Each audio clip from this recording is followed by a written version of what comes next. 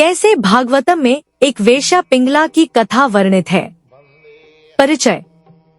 श्रीमद् भागवतम हिंदू दर्शन का एक अत्यंत पूजनीय ग्रंथ है जो गहन आध्यात्मिक शिक्षाओं से भरा हुआ है। इसमें वर्णित कहानियां हमें जीवन के महत्वपूर्ण सबक सिखाती हैं।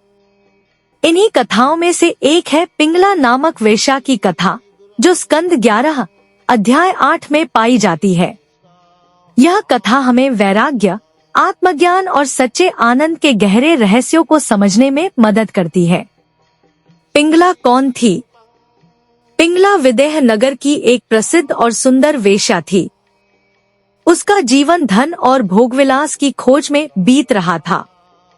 वह हमेशा इस प्रयास में रहती थी कि कोई धनी ग्राहक आए और उसे धन वैभव से भर दे। सांसारिक सुखों में लिप्त पिंगला को यह विश्वास था कि बाहरी ऐश्वर्य ही उसके जीवन का अंतिम उद्देश्य है। एक निराशाजनक रात। एक रात पिंगला अपने सुंदर वस्त्रों में सज-धज कर अपने घर के बाहर खड़ी थी। किसी धनी व्यक्ति के आगमन की प्रतीक्षा कर रही थी। उसकी आंखें राह ताक रही थी कि कोई धनवान व्यक्ति आए और उसे धन वैभव से भर दे। लेकिन जैसे जैसे रात बढ़ती गई, उसकी आशाएं निराशा में बदलने लगी। घंटों बीत गए, लेकिन कोई भी ग्राहक नहीं आया। निराश और थकी हुई पिंगला अकेली बैठी रही। इसी क्षण उसे एक गहरी अंतर्दृष्टि प्राप्त हुई, जिसने उसके जीवन को पूरी तरह बदल दिया। पिंगला का आत्मज्ञान। अचानक पिंगला को यह एहसास हुआ कि उसका असली दुख किसी ग्राहक के न मिलने से नहीं, बल्कि उसकी खुद की अनंत इच्छाओं के कारण है। उसे समझ आया कि वह इतने वर्षों से गलत दिशा में सुख की खोज कर रही थी। उसने सोचा, मैं कितनी मूर्ख रही हूँ जो दूसरों पर अपनी खुशी निर्भर कर रही थी। सच्चा आनंद तो केवल परमात्मा में ही पाया जा सकता है। मुझे अब अपने मन को भगवान की भक्ति में लगाना चाहिए। इस विचार ने उसे अपार शांति से भर दिया। उसने अपनी सांसारिक इच्छाओं को त्याग दिया और खुद को परमात्मा के चरणों में समर्पित कर दिया। वर्षों बाद उसने पहली बार वास्तविक स्वतंत्रता और संतोष का अनुभव किया। पिंगला की कथा से मिलने वाली शिक्षाएं। पिंगला की यह कथा सिर्फ एक साधारण परिवर्तन की कहानी नहीं है, बल्कि यह हम सभी के लिए एक महत्वपूर्ण आध्यात्मिक सबक देती है। इसके कुछ मुख्य संदेश हैं। इच्छाएं दुख का कारण बनती हैं। जितना अधिक हम सांसारिक सुखों के पीछे भागते हैं, उतना ही हम खुद को दुख में डालते हैं। पिंगला की कहानी हमें सिखाती है कि बाहरी साधनों से कभी भी सच्चा सुख प्राप्त नहीं हो सकता।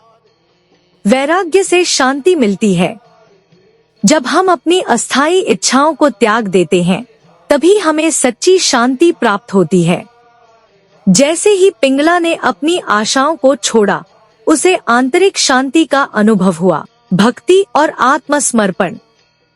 भागवतम हमें सिखाता है कि भगवान की भक्ति ही वास्तविक आनंद का स्रोत है। जब पिंगला ने सांसारिक सुखों से मुक्ति पाई और भक्ति का मार्ग अपनाया, तो उसने असली संतोष प्राप्त किया। संतोष ही असली सुख है। आज के युग में लोग धन, प्रसिद्धि और संबंधों के पीछे भागते हैं, लेकिन फिर भी असंतोष महसूस करते हैं। पिंगला की कहानी हमें सिखाती है कि सच्चा सुख अधिक पाने में नहीं, बल्कि कम में संतोष रखने में है। पिंगला की कथा की आधुनिक प्रासंगिकता। आज के समय में भी कई लोग पिंगला की तरह ही बाहरी सुखों के पीछे भाग रहे हैं।